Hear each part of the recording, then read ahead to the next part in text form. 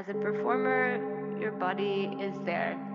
Hi, I'm Mad Kate, and you're listening to Sweat, Sexuality, Work, Extraction, Art, Theatrics. Sweat is a series of conversations about performance and performativity of the sexual and sexualized body at work, where work is broadly defined as the labor of survival, the labor of care, creativity, and capital A art. How exactly do we define our work, and how does that work entangle and circumscribe our sexual identities, our creative lives, and the way in which we provide care? How do we perform tasks, acts of care, and identities? Anchored in our always already racialized and sexualized bodies, our complex intersectionalities, these conversations are a means of relating through work to each other. I hope they contribute to dialogues which normalize sex work as work, and all work as deserving of respect, healthy conditions, and a living wage. That sex work doesn't belong in these elevated realms of like art and culture is just totally ridiculous and false. And so I really try to be open and like have that conversation with my students and show them all the different artists who have worked in sex work. Many artists you don't know have experience in sex work due to stigma. Like, not everybody has the ability to out themselves, right? This month's conversation is with multidisciplinary artist Kim Ye. Ye's practice encompasses performance, video, installation, text, and social engagement. Inserting herself into popular cultural forms, Ye interrogates gendered constructs shaping perceptions of power, labor, and taboo. Presenting bodies as both sites of domination and liberation, her work describes the entanglement between private desire and fantasy, and public discourse and ideology. Through shifting performance contexts, she reinterprets the forces that enforce and reproduce normativity. There's power in being able to just be who you are on the stage, behind the stage, to others, and especially to yourself. Not having to veil yourself, I think that is the ultimate freedom. And what fascism and authoritarianism does, and censorship around the body and sexuality especially, is to cut us off from what we know and our own knowledge about ourselves. What feels good? What is pleasure? I was introduced to Kim Ye after hearing about her publication Pro Mom, a sex worker's guide to parenting. Pro Mom is a poetic, honest, and practical look into the experience of parents who work in the adult industry, challenging societal impulses to separate Madonna from whore. Pro Mom was created in collaboration with Sex Workers Outreach Project Los Angeles as part of Kim Ye's California Creative Corps Fellowship, generously supported by the California Arts Council and administered by community partners. I've been a pro dom for 14 years now, which sounds crazy to say. Pro Mom is a labor of love. This was an idea that came out of my work with SWOPLA, which stands for Sex Workers Outreach Project Los Angeles. And we're a sex worker-led organization here in LA that does a lot of different things like outreach, direct services, community building, we throw parties, so a lot of different stuff that center sex workers. And at the time, I was pregnant. So I became pregnant during COVID, and we had some other steering committee members who were getting their doctorates at UCLA and doing social work research. And so the idea kind of converged that, hey, let's think about parents who do sex work. This is an intersection that really doesn't get talked about. I never thought about it until I myself got pregnant. And so we wrote an academic paper, which is very boring. No one's going to read it. But from that, it really planted the seed of hey, we should make a parenting magazine for sex workers. And so eventually I found funding for that. And we put a call out to the community, seeking submissions and proposals. And over the course of the last year, it came to fruition. We had a creative workshop for the people that were selected. And now it's published. It came out in August 2024. And it was co-published with two of our art book publishers called Sming Sming Books and Cash Machine LA. And so I'm really proud of this project. And we're actually almost sold out of our first edition. Amazing. One thing I love about it is that I like different forms of writing. I love the interview form, obviously. And I love hearing from people on a a personal level. I felt like there was a big range between how people were speaking about their work. I also really appreciated this one that was an interview between a sex worker parent and their son, if I'm remembering correctly. I found that really endearing to kind of have that conversation live between parent and child. I mean, I understand that as well, that like as a sex worker parent, you want to be able to be out to your kids, but you also don't want to kind of impose something that the child hasn't chosen for themselves, or to put them into a position where they feel uncomfortable or feel like they have to be silent or silenced about the work. And so, yeah, I think it's a really tricky and delicate and beautiful conversation. Exactly. I mean, it's this idea of like talking about sexuality and eroticism in the family, I think feels really prickly to a lot of people when they first encounter this idea. And one of the things that we discovered through the writings of our contributors was that, sex workers have the skills to talk about things like this, to talk about sexuality with nuance and to be able to be age appropriate about the ways that you describe what you do or what the activity is or what's going on here in this movie scene. And I think that comes from like on the job training oftentimes, right? With like negotiating boundaries with clients or with oneself of what you are or aren't willing to do for X or Y amount of money or X duration of time, right? And so it was just so touching and beautiful to see how normal a lot of these conversations were. And the essay you brought up was by Yin Q interviewing her kid, who is now, I think, a teenager. And it just was so normal. Like the kid was like bored by her work, And that's just so typical of like any parent-teen relationship. Like I think one of the strengths of this work and these words in here is that they apply to so many, like all other parents too, and not only sex workers. They offer really great skills about how you can talk to your kid. So it doesn't have to be weird unless we ourselves make it weird. And I think there's so much for non-sex worker parents to kind of learn from sex workers about how to navigate those conversations. I feel hopeful when I think about I don't want to go so far as say mainstreaming, but to some extent, I think there is a mainstreaming or a mainstreaming of the normalization of sex work as work. I hope, little by little, that, yeah, because as you said, I think sex workers do have a lot of those communication skills. I'm curious if you want to dig deeper into some of the skills that sex workers have. What makes them such amazing humans? I always love to hear this. I feel like people need to hear this more. Absolutely. I mean, there's so many different ways, but maybe I can just speak from my own experience to begin with. Like I said, I've been a pro dom for quite a while, and my piece in this publication was called "From Pro Mom to Toddler Mom: How Kink Prepared Me for Parenthood." And in it, I lay out 5 different ways that my experience actually as a pro dom in this adults only arena translated really well to raising a little human, and they include things just like don't poo-poo the doo-doo, like we're used to dealing with bodily fluids often, at least in my line of work, I'm very used to dealing with bodily fluids, poop, pee, spit, sweat, all of the above.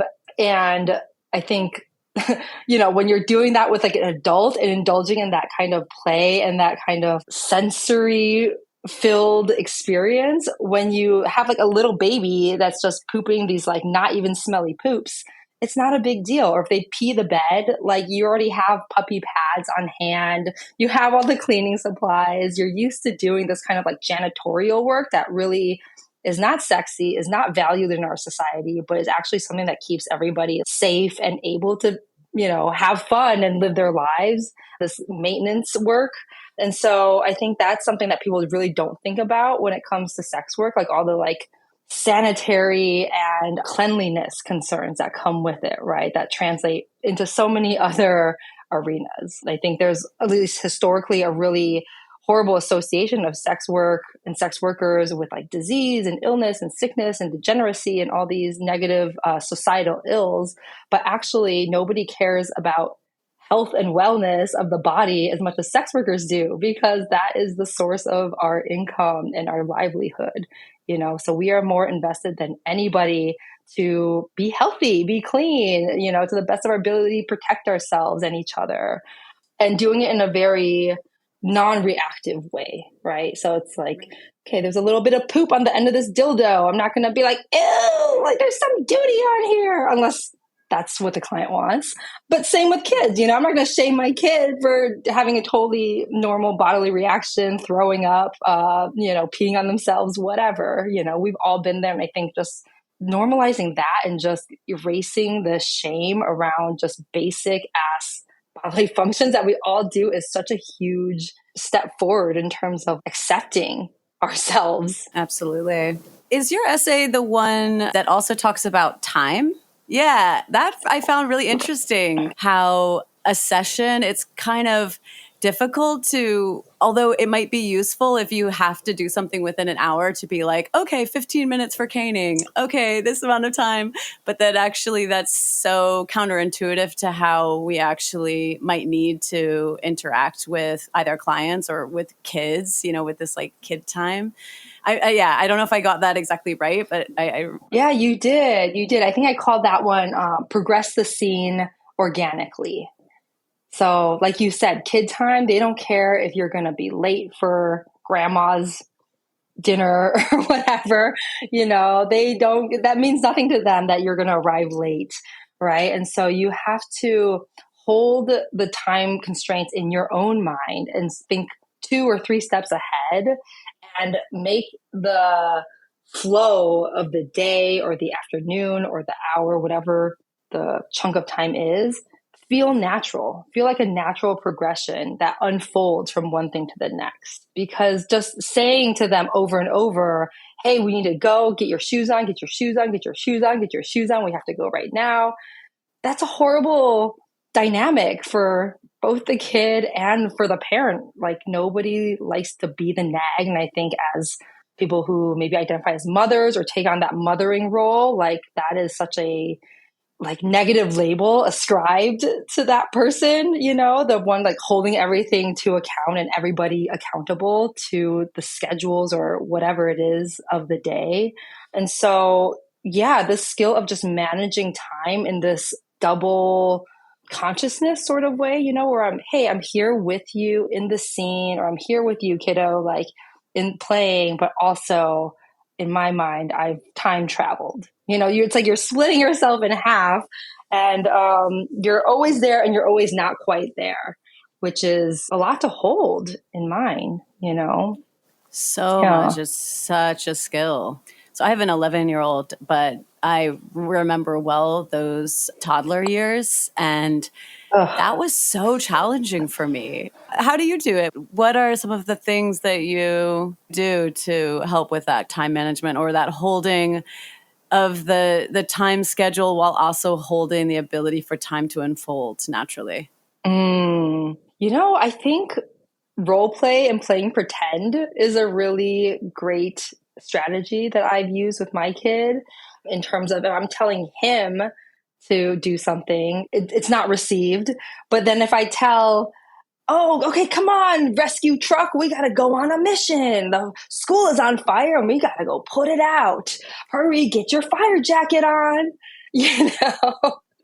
That oftentimes elicits a better response, and it takes maybe a couple more steps to break the inertia, but it's way less psychic friction between us, right? Like I think as parents during the toddler years, you are just a shell of your former self. You are beaten down, tired, just worn out human being.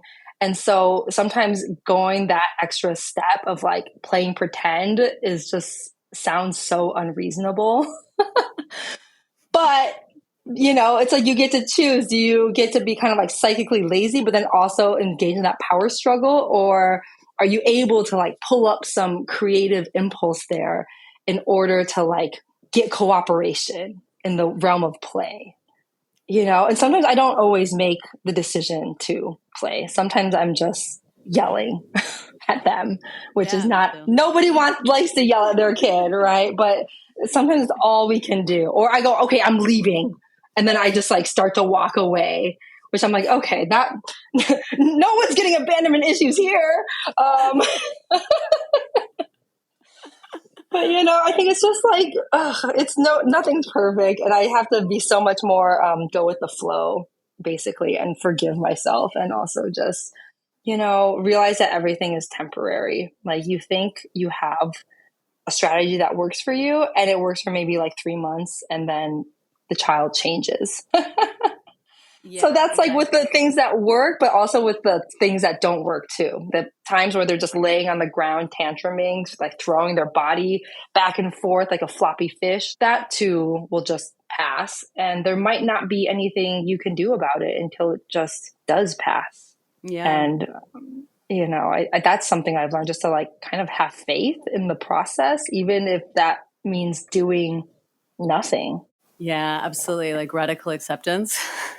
Yeah, exactly. Since sex work is such a I would say in any kind of work, our body is our home, our somatic home in which we're performing that labor. But sex work is so explicitly that place. I really wonder how, as you were carrying your children, you pointed to maybe you have more than one. How did that change your relationship to your work? And I'm sure it was unique each time. Do you want to talk a little bit about that? Because the body was changing so much. Oh, absolutely. Yeah, the body changes whether or not you're a pregnant person, but the pregnancy is a time of just exponential growth, And I remember my first pregnancy. I've been an athlete my whole life and played soccer through college and into adulthood. And I just kept working out being pregnant, and it felt really amazing. I felt strong and awesome, and saw clients basically all the way until the end. And it was really fun. It was fun to have a body that couldn't be judged in the same ways that we judge women's non-pregnant bodies, right? Scrutinizing them and picking apart the proportions and things like that. As a pregnant body, you're an abstract shape. And that's amazing. I really enjoyed that experience. But then the second pregnancy, between my first and second kid, I tore my ACL, which is a ligament in your knee. And that really incapacitated me to not be able to exercise during my second pregnancy. And still now, I just had knee surgery, and I'm in a brace and crutches right now. And so that was so much more debilitating than being pregnant, right? Well, it was a part of my identity, right? Being able to exercise or be active in some way of my choosing. Wow, I was so blessed. And then also to lose a mental health tool that I had for maintaining my own equilibrium. I think that was definitely more painful and a longer journey for me than the pregnancy itself. And so I took a lot more time off in the second pregnancy. I was working a different job besides sex work, so I didn't see as many clients. And, I really felt like I lost a little bit of connection to the erotic self that lives inside of me. Both in terms of my physical capability or physical mastery of my body, and also, having two kids, my erotic energy was totally redirected to them. People on my body, I was breastfeeding.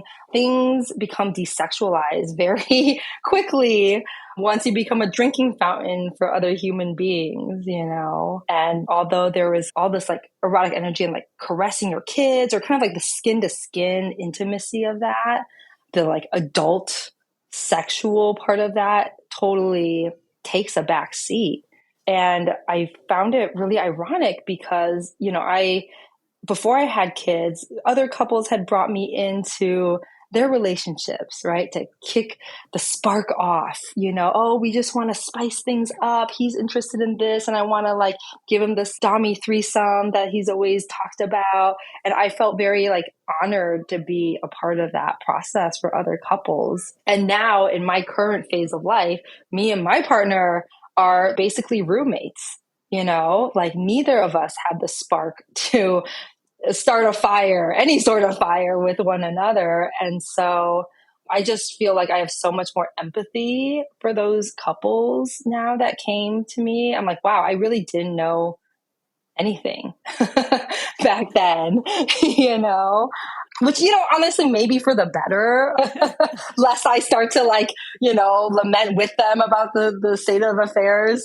But yeah, I mean, that's just something I feel like, it's also temporary, just like the tantrums of the toddlers on the ground, relationships move through different eras. And thinking about me and my partner and my baby's father, like we met through my sex work. He was a client of mine.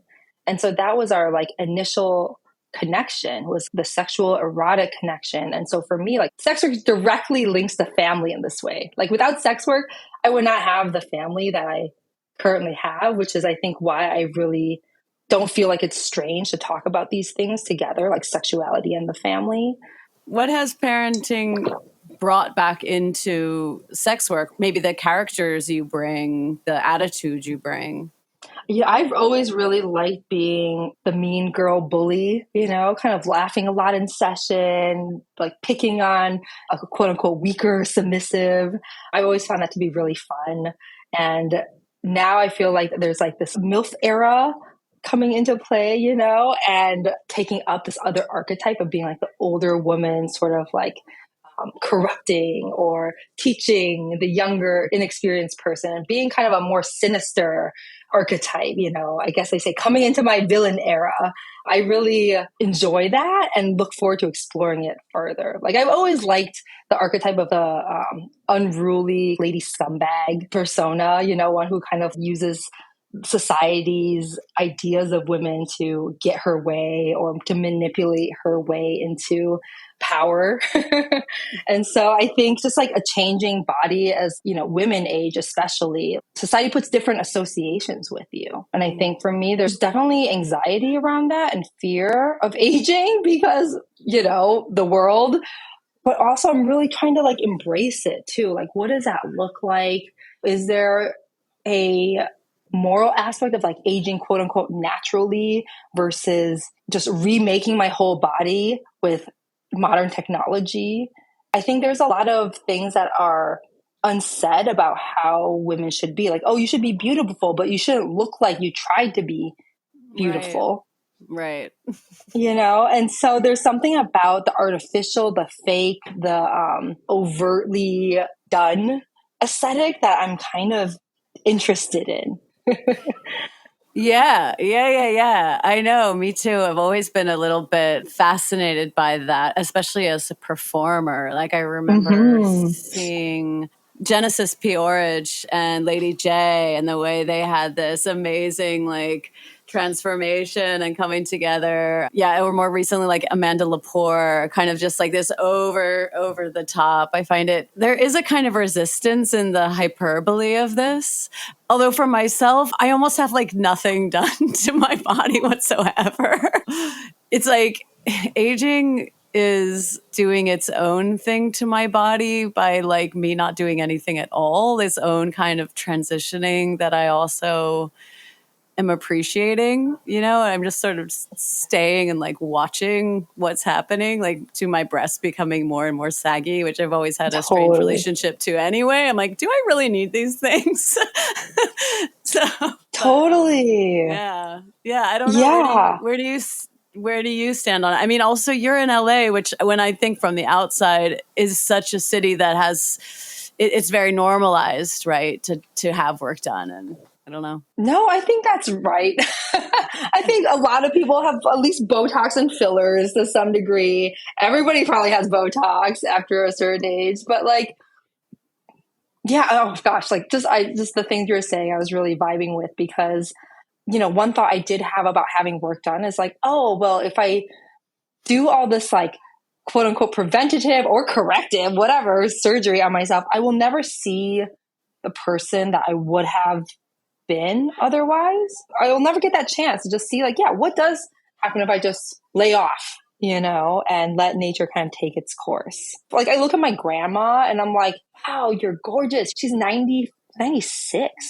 And she's Wow. still got like little plump cheeks and like really shiny skin. And, you know, she's like a little shrunken potato, but she's still got a great smile. And I'm like, okay, what's it going to be like for me to be like silicone grandma with double D's and like lips up to here and my brows way up in my like hairline? Like, can I do it better than nature? I mean, it'll be different. I think it's like that trepidation of like having to live with one's choices and the obvious expense and financial sacrifice for that kind of control. That kind of, yeah, makes me think twice. But I am very much seduced by the idea of this constructed body. And when I read about Genesis Porridge, I was just blown away by that project of turning himself into his partner, basically, right? Like through like plastic surgery. And I was like, wow, that's the most incredible, like conceptual art piece and also so embodied.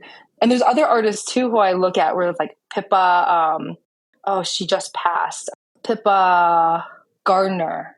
They were born Philip Gardner and was really into cars and made cars in art school and like got kicked out. And then in the 80s, he became like this like gender hacker and started experimenting on his own body. He sold like an Ed Ruscha painting that he had traded him for. And it was like the amount he got was like exactly the same amount as a boob job. And so he's like, fuck it, I'm just going to get titties. And then got boobs and, you know, like it's just kind of incredible, like what we can choose to do with our bodies. You know, in this world, it's the only thing we really have to our name, you know, throughout our whole life. So why not? Why not experiment with it? I guess the argument could be made either way, but there is something very punk about gender fucking and all the possible ways that we can through body modification. I know that you are also a performer, and I was curious how does body modification kind of fascinate you in terms of the questions you deal with in your work? There was a period in my life when I was really obsessed with BME, which is like this website called Body Modification Extreme. And in it, there was all these, you know, as you might expect, extreme body modifications, you know, people splitting their tongues, people, you know, of course, the big gauges everywhere. And then there were people who did things with their genitals and like split their dicks in half or like cut them off completely. And that to me, I was like, wow, this is so wild. Like in some cases in like normalized society, if you had, for example, like a botched circumcision back in the 60s, they're like, oh, well, that's just so irreversibly messed up. We're just going to chop it off and make you a girl and raise you as a girl. And like, that's how extreme like this idea of like a botched penis was, right? But here are people doing it on purpose for their own aesthetic or pleasure reasons. And so I don't know how this really like manifests in my work. I think I have to kind of like talk through it to get there. But these frameworks of normalization, how they really like box us into certain like aesthetics that don't really matter. You know, there couldn't be so much more experimentation. I mean, I'm also thinking about one of my friends and collaborators who recently had top surgery, and they were talking about, you know, they changed their pronouns and they go by a different name now. And, you know, I was bringing up the fact that, you know, is all plastic surgery like gender affirming surgery to some point, right? Yeah. And I think there we had like a little bit of like a resistance or tension around that, like, well, no, I was really experiencing this like medical dysphoria around my gender and et cetera. And I guess it's like, who doesn't experience dysphoria around their conformity to their gender that they're operating as? And so who does it? Yeah, I guess I'm just like these medical, scientific kind of like frameworks of like delineating who does and who doesn't deserve care or access to the ability to modify their own bodies. Like that to me, there's something in it that's very like paternalistic or pathologizing, maybe. Yeah, absolutely. I think you got right to it, because it is, of course, at the end of the day, it's about money and access, right, to the ability to be able to have those modifiers. And then we have to, if we do decide to have these changes covered through healthcare, like for example, I have a friend right now who wants to get top surgery and is going through all of these therapeutic sessions in order to get it covered through health insurance. And I'm so glad for them to have that opportunity to have it covered. But then there's like this gatekeeping, right? Like, for whom is it urgent?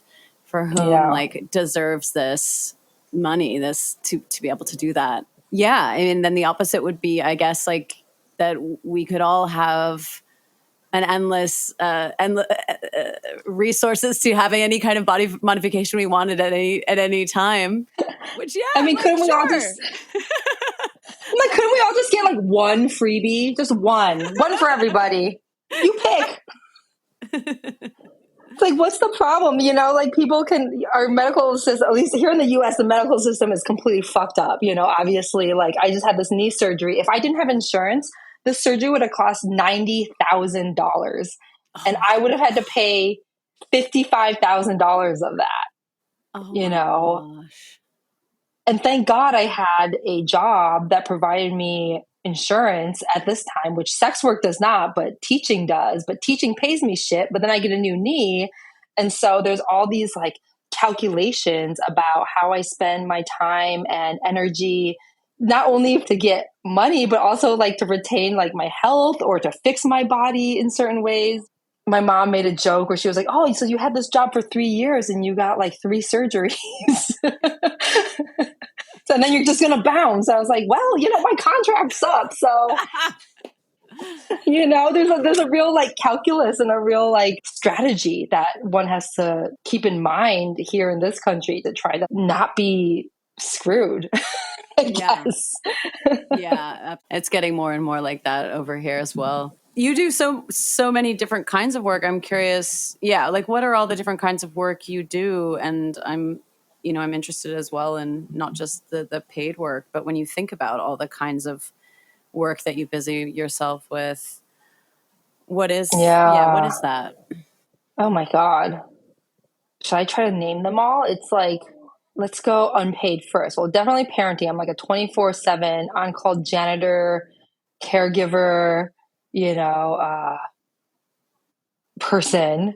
And then there's like the maintenance of like a home and a house, right? Which is like disproportionately put on if you're in like an opposite sex coupling, then like, you know, the woman. My partner is really awesome, but we had to do a lot of scaffolding to get there and like make literal lists of like tasks and then like highlight them in different colors and things like that. So there's that, which is also huge. I'm an artist, and so I make works that I seek funding for. So then there's like the grant writing and administrative sort of like parallel practice part of being an artist in public is just, securing funding, securing exhibition venues or opportunities, networking, trying to retain old relationships and making contact lists and newsletter mailing. So I'm also a marketer. I make reels on Instagram.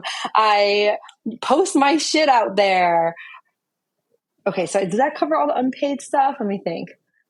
Yeah, I mean, most of it anyways. And then it's like the things I get paid for is like, you know, the dom work, which is very like trickly right now. I only see a few select regulars just due to my capacity level. And then I was teaching full-time at CalArts for the past 3 years. And so that's what gave me my insurance. Thank you, CalArts. Shout out to the photo and media department there. Oh, and I organize with SWOPLA, of course. And we do art projects through that. We have meetings. I'm on the steering committee of it. And so we basically have taken this little org from between 2019 and now to this, like, we've like, you know, quadrupled our budget. We write grants for that. And we have like, you know, a lot of like meetings and host different stuff, sometimes at my house, clothing swaps. So just a lot of different things going on that it's a little bit overwhelming to say them all together like that. And yeah, they're all things I really love and care about. I mean, maybe minus the housekeeping, but you know, even that, I think there's something of like the care of like objects and like giving them a home, right? Like having this connection to all the things that we surround ourselves with. It's a full and hectic life at the moment. How do you feel like your body gets read differently, if it does, in those different contexts from people from the outside? Do you feel like you have a sense of that? I don't really know right now in this moment. I think, yeah, the different context is interesting because in certain ones, I feel very frumpy. And other ones, I'm like, I'm a badass bitch. And so to like move between the spectrum of like desirability or what I project other people are projecting onto me is funny. And it feels like maybe sometimes it's like my own sort of internalized belief system from the greater society, right? Like when I'm with my kids, I see myself as frumpier just because I'm like, I'm like playing mom right now. I've got stains on my body and my shirt. My shoes are like Crocs, like I'm not really feeling myself, right? And I don't know if that comes from the outside in or the inside out. And at some point, I think it becomes a sort of like cyclone loop. And, at the same time, it's like, yeah, it's a relief to kind of feel invisible in some ways. I'm not a bright, fresh bud anymore. I'm like the stalk of the plant that's kind of like supporting the bud at this point. No one's looking at my ass behind these cute little fucking kids. So like there is there is some kind of like relief or like freedom or just like, you know what? It's okay just to fade into the background. And like that's actually much less labor in some ways. Like what am I trying to fight for the attention of like the grocery bagger for? Like, I don't need that. Right. How is your as a performance artist? Sometimes I find these categories so not arbitrary, but permeable. Who is this performance artist versus your dom persona? Yeah. I mean, for me, I think my art is the place where I can kind of like blend all these things together. And I'll make monologues. For example, there's a piece I did called Good Verbal, where I stitched together text from a email I got from my dean because a student reported me for showing what he called inappropriate content in class around gay sex. So I got an email, like a disciplinary email from my dean. I took that text, I blended it with original writing from my experiences as a pro dom and how I do scenes with men around this concept of like quote unquote forced by or coerced by, where like men will hook up with each other, but in the presence of a dom like me, like instructing them to do it. Right. So I like included like a monologue of kind of my experience with a client there. And then I included text from Joey Soloway's talk at Toronto International Film Festival, where they talk about the divided feminine and how there's like the Madonna, the whore, but then like the profane, the dejected, depraved woman who it's okay for us to all make fun of and laugh at and assault, right? And so it's like I blend these things together and I'm like squeezing breast milk out of my boobs at the same time. I'm like hand expressing it into like a cup that then I feed to the person that's holding my mic down on his knees. So he drinks my breast milk as this like submissive act to me. And so that's just like one example of how all these different kind of like roles blend together in my artwork. And I think in doing that, like what I'm interested in is like showing these different positions that each of us take. In my brain, like that's just what's happening. I'm like stressed out about school administration, but then I'm also thinking about like fantasies from like Cruel Intentions, that I watched when I was like 11 years old, that I'm maybe still jerking off to, like Michelle Gellar kissing like that other girl. Oh my God. And then I'm using that to like bully these men that pay me money so that I can, support my family and buy things I like and get my nails done. Like it's all this like swirl of different roles and facets of ourselves. And like, I think it's really important that there is a space for it all to come together into this like chaotic, forceful presentation. And, I started doing performance actually because I would say like it came after I started doming. Doming gave me the confidence, and because I was already doing all these one-on-one performances, each of my clients saw a different private performance from me. And so I thought, like, can I take this to the next level? Can I be Lucy, my dom self, in front of other people and command a crowd the way I command a single person, And so that built upon that. And a lot of my early performances, I took this role of like the dom and even the dommy mommy in some cases. Yeah, where I'm kind of like saying all these things about, basically toxic femininity and indoctrinating another artist, Young Jun Kwak, who's my collaborating, into womanhood as like a trans and gender nonconforming person. Like, oh, you want to be a woman? Well, you better stop eating that cupcake. You better squeeze your fat ass into that corset because mommy is not going to walk around with a fat little baby like you behind me. Like just like saying all this shit out loud that's kind of in the air already. And then, and then from that performance work, I think that led me to teaching, being like, okay, I can perform this character in front of all these people, but can I perform myself, my artist self in front of them, and kind of try to be this like mentor person. And I think that's where I'm at now at the end of my kind of like stint at CalArts. Is like over the past 3 years, I've been working on that performance. The teacher. I don't know. Yes, it's such a performance. It's such a performance. The academic lingo comes out. You start like blathering, and then you're like, all of a sudden, I'm like, wow, I've talked for like 10 minutes. I've run out of time this class. How did that happen? Yeah, and in some ways, like that's the most challenging performance I've done to date. Is to kind of like step out of my dom role, but then yet keep performing as Kim, as myself, to this younger group of artists. And in doing that, I'm like introjecting the idea that like, yes, I do have things to say and to pass on to them, Yeah.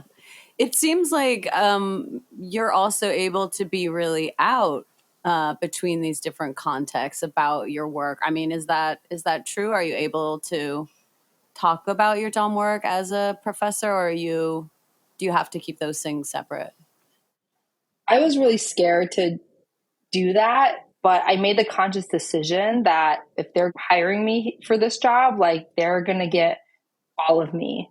And so it wouldn't really make sense for me to talk about my practice since it is so auto-fictional without me being transparent about where that position comes from, And so, yeah, I am really out about my experience, what I do. I bring other sex worker artists into the classroom, and I contextualize it with the fact that, sex work and the arts have always been, bedmates, right? Like brothels going back to ancient Greece and probably even farther were places of cultural production and cultural exchange, cultural spectacle, and the whores that worked there, they put on the shows, but they were also spectators of the shows too. And so they were consumers of culture and the arts. All famous paintings, almost all of them, you see they're like of prostitutes, so that some dude paid to be able to paint them. And so this idea that sex work doesn't belong in these like elevated realms of like art and culture is just totally ridiculous and false.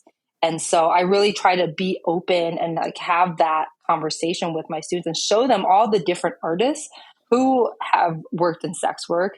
Many artists you don't know have experience in sex work due to stigma. Like, not everybody has the ability to out themselves, right? I did this performance recently where I said, yeah, like forget the National Endowment for the Arts. The number one source of funding for the arts in the United States is horny men. Like so many of my colleagues are amazing artists, writers, photographers, like musicians. It is unbelievable. Like, yeah, horny dudes, the number one subsidy. Absolutely. I mean, I think it's also just amazing. I'm really been thinking about this a lot, this idea of radical outness. I don't know, I don't quite have the right word for it, but if it's possible, and Yeah, as you said, I know it's not possible for everyone, but to kind of to be out about all the things we do, because I think that it can be a really game changer for others. I mean, actually, I remember when I was an undergraduate, it was like in a gender studies class, and there was a dominatrix invited to class, and she blew my mind. I mean, she really just turned my world upside down, to see that it was okay to be out and proud, and yeah, and standing in front of the class in a academic setting, which I had been told was not where sex workers could be. They couldn't be in high art, they couldn't be in academic settings up to that point. And then my world came undone, and I realized, you know, I just started falling in love with so many sex workers, reading their writings, seeing how much they had to teach me.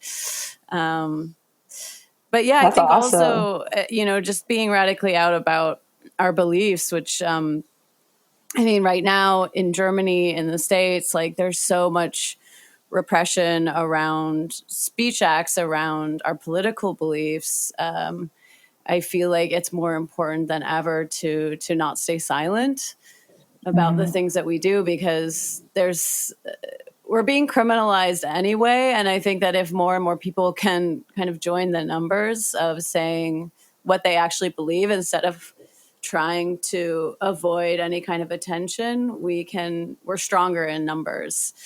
Yeah, I mean, just what's been weighing on me today is just yesterday there were four of like my comrades, people who are doing a lot of pro-Palestinian activism, who are the Germany is moving to deport them to the Yeah, United States and to other EU countries. So it's really, not that not that anyone should be deported, in my opinion, but it's kind of surprising that Germany is, would go to these measures. that's horrible. Fascism is happening. This is we are walking the road to it, and like I think, yeah, this radical transparency that you're talking about, I think is really. I've been thinking about that as well. There's power in being able to just be who you are on the stage, behind the stage, to others, and especially to yourself. Not having to veil yourself, I think that is like the ultimate freedom. And what fascism and authoritarianism does in all this like censorship and censorship around the body and sexuality, especially, is to like cut us off from what we know, and our own knowledge about ourselves and our own experiences of like what feels good, like what we want to do, what is pleasure, like embodied knowledge, right? And instead, when you erase that, they can then insert into like, no, you just have to do A, B, C, D, E, and then you'll be good. Mm. Big bad daddy will be happy with you and you'll be safe, right? Yeah. And so I think all this emphasis I've been seeing about like, don't let them take your joy, keep partying with each other. Like on one hand, like, yes, like maybe you can see it as escapism, but on the other hand, it is like a life-giving, like cultivation of that embodied pleasure and knowingness and togetherness and connectedness, and not allowing the space for the indoctrination to happen because you're just living so fully and robustly within the things that you have access to in your immediate surroundings. Yeah, it kind of connects to what you were saying before around dysphoria, because I think when we aren't able to live our true selves and our true values, there's another kind of dysphoria that can come up there when we're in jobs where we Mm. can't be kind of fully present as in our true selves. It can create this really like somatic sense of dis-ease.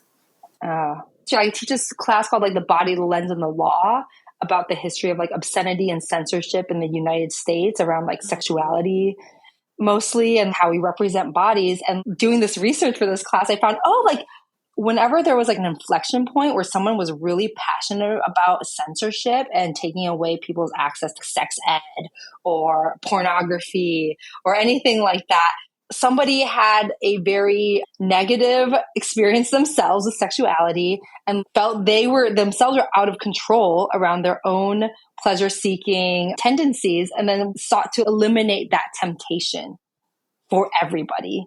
but mostly for themselves, while still engaging in the ability to look at all the smut and determine if it's smut or not, you know?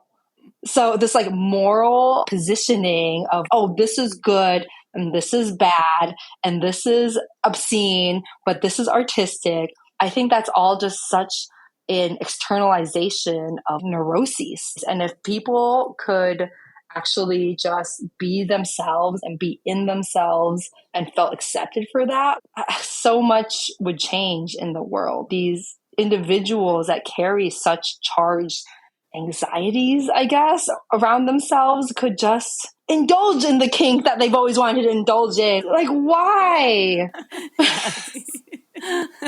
What's one of the questions that you're waking up with these days that you're, I don't know, busying your mind with? It can be anything, but like, what's kind of gnawing at you lately? Oh my gosh. I think I'm trying to like unbusy my mind a little bit these days. And so I'm trying to simplify and just stay connected to my root pillars, which my partner said to me is kind of a quasi joke. And now it's just become my mantra, where it was like, I am artsy, I'm sporty, I am kinky. And as long as I'm engaging in like one of those three things or some combination of them, like I'm good. I'm like an overworker kind of person and an over producer. And it leads to some great things, but it also leads to burnout and just me not being present for my family or the people around me.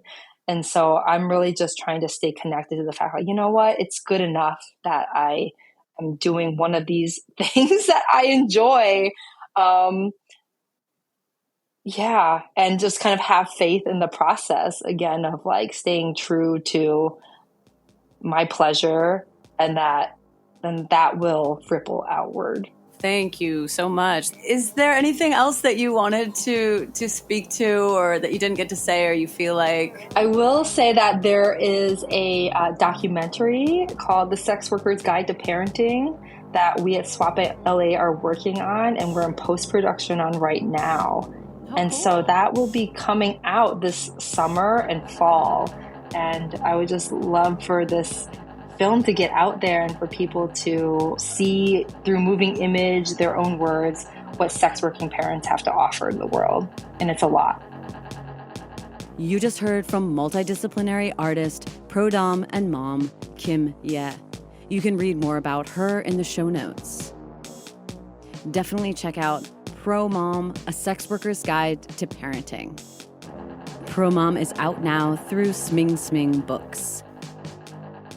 I'm Mad Kate, and you've been listening to Sweat, Sexuality, Work, Extraction, Art, Theatrics. Sweat is a series of conversations about performance and performativity of the sexual and sexualized body in work. The theme music was composed by me and features the voice of performer and actress Lori Baldwin. Sweat airs every second Tuesday of the month at 13 hours Central European Time on Collaboradio. Free Radios, Berlin-Brandenburg, broadcasting on 88.4 FM in Berlin, 90.7 FM in Potsdam, and streaming online at fr-bb.org. Afterwards, it's available for streaming wherever you get your podcasts. Sweat is an unpaid labor of love. If you have the means to financially support the show, you'll find a link to my Patreon in the show notes. Your support is warmly appreciated. Thank you so much, and until next time. Thank you so much, and until next time.